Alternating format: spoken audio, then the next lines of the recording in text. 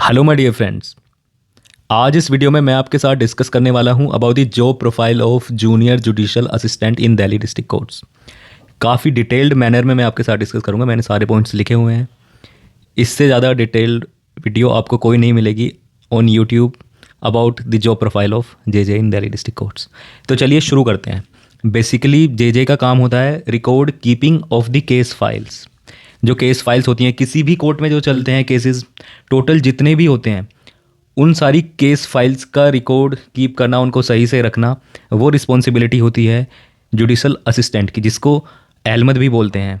एलमद का बेसिकली यही मीनिंग होता है, रिकॉर्ड कीपर जैसा। और जूनियर जुडिशल असिस्टेंट को बोलते हैं असिस्टेंट एलमद। मतलब जो असिस्ट करता है एलमद को वो होता है जूनियर जुडिशल असिस्टेंट, यानी असिस्टेंट एलमद। इनका कोई स्पेसिफिक काम नहीं होता है, लेकिन अहमद की एब्सेंस में सारी रिस्पॉन्सिबिलिटी आ जाती है असिस्टेंट अहमद के पास, जो जे बनते हैं। 80 to 90% जो जे रिक्रूट किए जाते हैं वो यही काम करते हैं। 10% ब्रांचेस में भी पोस्टेड होते हैं, जैसे एडमिन ब्रांच हो गई, जुडिशल ब्रांच, इस तरह की ब्रांचेस होती हैं। वहाँ पर नोटिंग, ड्राफ्टिंग और जो बाकी ऑफिस में वर्क होता है, क्लैरिकल वर्क, वो करते हैं। लेकिन जो कोर वर्क होता है जे का, वो होता है रोल ऑफ द अहमद। जे बनने के बाद वो अहमद बन जाते हैं और उसके बाद प्रमोशन के बाद वो बन जाते हैं रीडर, सीनियर जुडिशियल असिस्टेंट। तो हम मेन रोल डिस्कस करेंगे जो जे और जे का होता है, असिस्टेंट अहमद और अहमद। एक कोर्ट कॉम्प्लेक्स के अंदर बहुत सारे कोर्ट्स होते हैं, तो किसी भी एक कोर्ट को ले लीजिए आप। उस कोर्ट के अंदर एक तो कोर्ट रूम होगा जहाँ पर लाइव हेयरिंग चलेगी, जो आप यूट्यूब पर लाइव हेयरिंग सुनते हो लाइव स्ट्रीमिंग में। वहाँ पर दोनों पार्टीज़ के लॉयर्स होते हैं, पिटिशनर और डिफेंडेंट, वो आर्ग्यू करते हैं और इस तरह से केस चलते हैं। और हर कोर्ट में डेली कुछ केसेस की डेट फिक्स होती है, 20, 25, 50 भी हो सकते हैं, उतने केसेस की हेयरिंग होती है। इसके अलावा हर एक कोर्ट का एक अहमद रूम होता है, वहाँ पर काम करते हैं जे और जे। अहमद रूम में सारी फाइल्स होती हैं, जितने भी किसी एक पर्टिकुलर कोर्ट के टोटल केसेस हैं। जैसे ये वैरी करता है, किसी कोर्ट रूम में 1500 केस होंगे और किसी में 5000 तक भी होंगे। जैसे जो छोटे कोर्ट्स होते हैं जुडिशल मजिस्ट्रेट का, उसमें थोड़े ज़्यादा केसेस होते हैं, और फिर जैसे सीनियर कोर्ट्स हो जाते हैं उसमें थोड़े से कम हो जाते हैं। बाकी इट डिपेंड्स ऑन दी जज साहब, और वो एक दिन में कितने केस लेंगे ये भी उन्हीं के ऊपर डिपेंड करेगा। बट जनरली ऐसा देखा गया है कि जो छोटे कोर्ट्स होते हैं उनमें ज़्यादा केसेस होते हैं, 5000 तक भी हो सकते हैं, और जो सीनियर जज साहब के कोर्ट्स होते हैं उसमें 1500 तक टोटल केसेस हो सकते हैं, और उसमें से कुछ की डेली हेयरिंग होती है। तो उसी से रिलेटेड इनका काम है। तो एक बार समझते हैं, एक कोर्ट का एग्जांपल ले लेते हैं, जैसे एवरेज ले लेते हैं। कोई एक कोर्ट है, उसके अहमद रूम में टोटल 2,500-3 हज़ार फाइल्स हैं, और अहमद रूम की रिस्पॉन्सिबिलिटी होती है अहमद की, जो होता है जुडिशल असिस्टेंट। और जुडिशल असिस्टेंट का एक जूनियर जुडिशल असिस्टेंट होता है जो उसको असिस्ट करता है। मान लीजिए उसमें किसी एक पर्टिकुलर डे को अप्रोक्स 50 केसेस की हेयरिंग होती है। अब मैं इसी के बेसिस पर बता देता हूँ जे का क्या रोल होता है। जे और जे, सबसे पहले आपका काम होता है टू प्रिपेयर द पेशी। पेशी होती है जितने भी केसेस किसी एक पर्टिकुलर डे में सुने जाने हैं। जैसे मॉर्निंग में आप ऑफिस में गए, आपने कॉज लिस्ट देखी जिसमें केसेस की लिस्ट है कि आज इन केसेस की हेयरिंग होनी है, और आपके पास 2500 फाइल्स हैं। उसमें से आपको वो केसेस निकालने हैं और उसी सीक्वेंस में रखने हैं जैसे वो सुने जाने हैं।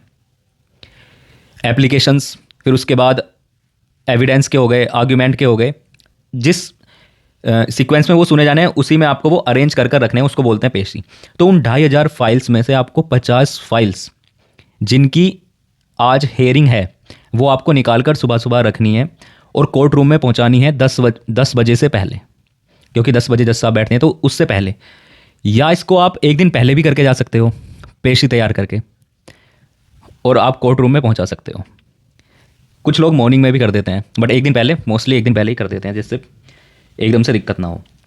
उसके अलावा कोर्ट रूम में हेयरिंग चलती रहेगी उन 50 केसेस की जो आपने सुबह निकाल कर रखे हैं उन 2500 फाइल्स में से। इसलिए उन 2500 फाइल्स को इस तरह रखते हैं, डेट वाइज रखते हैं काफ़ी लोग। डेट वाइज रखने का ही तरीका सही होता है, जिससे निकालने में कोई इशू ना हो, और कोई भी फाइल की कभी भी रिक्वायरमेंट हो तो आप इजीली निकाल सकते हो डेट वाइज ढूंढ कर कि इस डेट की ये फाइल है, तो उस नंबर में ढूंढ कर आप निकाल सकते हो। तो सबसे बेस्ट तरीका यही होता है, और ऐसे ही मोस्टली रखते हैं। तो उन 2,500-3 हज़ार फाइल्स का अरेंजमेंट आपको ही करना है कि किस तरह रखनी है कि डेली की पेशी और कोई भी फाइल की रिक्वायरमेंट हो तो आप इजीली निकाल लो। उसके अलावा कोर्ट रूम में हेयरिंग चलती रहेगी। आपका काम रहेगा coordination with the senior judicial assistant या रीडर। जो भी कोर्ट रूम में किसी भी डॉक्यूमेंट या फाइल की रिक्वायरमेंट पड़ेगी किसी भी केस से रिलेटेड, आपको वो ढूंढ कर देना है। आपको मैसेज कन्वे किया जाएगा या आपको बुला लेंगे और आपको बताया जाएगा, फिर आपको वो डॉक्यूमेंट या फिर वो फाइल किसी दूसरे केस से रिलेटेड जो उस टाइम के कोर्ट रूम में चल रहा है, ज़रूरत पड़ेगी तो आपको ही ढूंढ कर देनी है वो। ये आपकी ही रिस्पॉन्सिबिलिटी है उन 2,500-3,000 फाइल्स की। उसमें कुछ भी रिक्वायरमेंट होगी लाइव हेयरिंग में, जो किसी भी दिन हेयरिंग चल रही है कोर्ट की, तो आपको ही बुलाया जाएगा और आपसे ही वो रिकॉर्ड लिया जाएगा। इसके अलावा जो न्यू केसेस आते हैं वो फाइलिंग सेक्शन से जिस कोर्ट के लिए अलॉट होते हैं उस कोर्ट में आते हैं, वो अहमद रूम में ही रिसीव होते हैं। तो कोई भी नया केस आएगा वो आपके पास आएगा, फिर आपको वो दिखाना है कोर्ट रूम में कि ये नया केस आया। जिस दिन अगर उस दिन के लिए लगाए तो उसी दिन आपको दिखाना पड़ेगा। इसके अलावा दोस्तों एक कोर्ट में होती है कॉपिंग एजेंसी, जहाँ पर जो फाइल्स होती हैं वो कॉपी की जाती हैं। जैसे किसी एडवोकेट को केस फाइल की कॉपी की ज़रूरत है तो वो कॉपिंग एजेंसी में रिक्वेस्ट करेगा और वो रिक्वेस्ट आपके पास आएगी और आपसे फाइल ली जाएगी, फिर वहाँ पर उसकी कॉपी उनको मिल जाएगी। तो कॉपिंग एजेंसी से भी रिक्वायरमेंट आती है तो आपको उसी के अकॉर्डिंग हैंडल करना पड़ता है उसको, और उसका सारा रिकॉर्ड रजिस्टर में लिखना पड़ता है कि कौन सी फाइल कहाँ पर गई है। इसके अलावा दोस्तों रिकॉर्ड रूम में जो केस कंप्लीट हो जाते हैं उनकी फ़ाइल रिकॉर्ड रूम में कंसाइनमेंट होती है, और ये रिस्पॉन्सिबिलिटी पहले तो अहमद साहब की थी, अब ये असिस्टेंट अहमद को दे दी गई है। तो जो जे बनेंगे नए नए, ये रिस्पॉन्सिबिलिटी उनकी होगी इन दिल्ली डिस्ट्रिक्ट कोर्ट्स। एक गोसवारा नंबर मिल जाता है कि ये फ़ाइल इस नंबर से वहाँ पर रिकॉर्ड रूम में रख दी गई है, फिर उस नंबर से ही वो फाइल ट्रेस हो सकती है इजीली। इसके अलावा दोस्तों आपको कोऑर्डिनेशन करना है नजारत ब्रांच की प्रोसेस सर्विंग एजेंसी से, और सारा रिकॉर्ड भी मेंटेन कर रखना है। जिस भी ब्रांच से रिक्वायरमेंट आएगी आपको सारा रिकॉर्ड मेंटेन कर रखना है कि कौन सी फाइल किस ब्रांच में गई है। प्रोसेस सर्विंग एजेंसी में अगर किसी को कोई समन देना है सिविल केस में तो वो प्रोसेस सर्विंग एजेंसी के थ्रू ही जाएगा, तो वहाँ उसका भी आपको रिकॉर्ड रखना है। इसके अलावा फाइल इंस्पेक्शन के लिए भी आ जाते हैं बीच में। जज साहब से रिक्वेस्ट एप्लीकेशन देते हैं जज साहब के पास, और रिक्वेस्ट अप्रूव कराने के बाद कोई भी फाइल का इंस्पेक्शन होना है तो वो आपके पास ही आएंगे, वो एप्लीकेशन दिखाएंगे, आप उनको वो फाइल दे दोगे जो वकील साहब होंगे और वो उसको इंस्पेक्ट कर लेंगे। जो उसमें देखना होगा आप थोड़ा नज़र रखोगे उसके ऊपर उस टाइम तक, और जब वो इंस्पेक्शन कर लेंगे उसको रख दोगे आप वापस। इसके अलावा दोस्तों कोर्ट हेयरिंग चल रही है, उसी बीच आपको पीरियोडिकल स्टेटमेंट्स भी जज साहब की किस टाइप के केसेस हैं, कितने केस हैं, यूनिट्स वगैरह भी आपको ही प्रिपेयर करने पड़ते हैं उसी बीच, मतलब कर सकते हो। और कोई भी रिकॉर्ड है तो वो भी आपको ही प्रिपेयर करना है। इसके अलावा दोस्तों कुछ रजिस्टर्स मेंटेन करने हैं, कोई फाइल कहाँ पर गई, कौन सी रिसीव हुई, कहाँ चीज़ का सारा डेटा आपको मेंटेन करना है रजिस्टर्स के अंदर, ये भी आपकी ही रिस्पॉन्सिबिलिटी होगी। और सारे रजिस्टर्स चेकड हों और जो जज साहब के साइन हो जहाँ पर रिक्वायरमेंट है वो भी आपकी ही रिस्पॉन्सिबिलिटी है। ऐसे ही ये सारी चीज़ें आपको मेंटेन करनी है, सारी फाइल्स का रिकॉर्ड मेंटेन करना है, और ये सारे काम बीच में होते रहेंगे। इसके अलावा इंपॉर्टेंट काम फिर आपका आ जाता है जब कोर्ट में सारे केसेस की हेयरिंग कंप्लीट हो जाती है।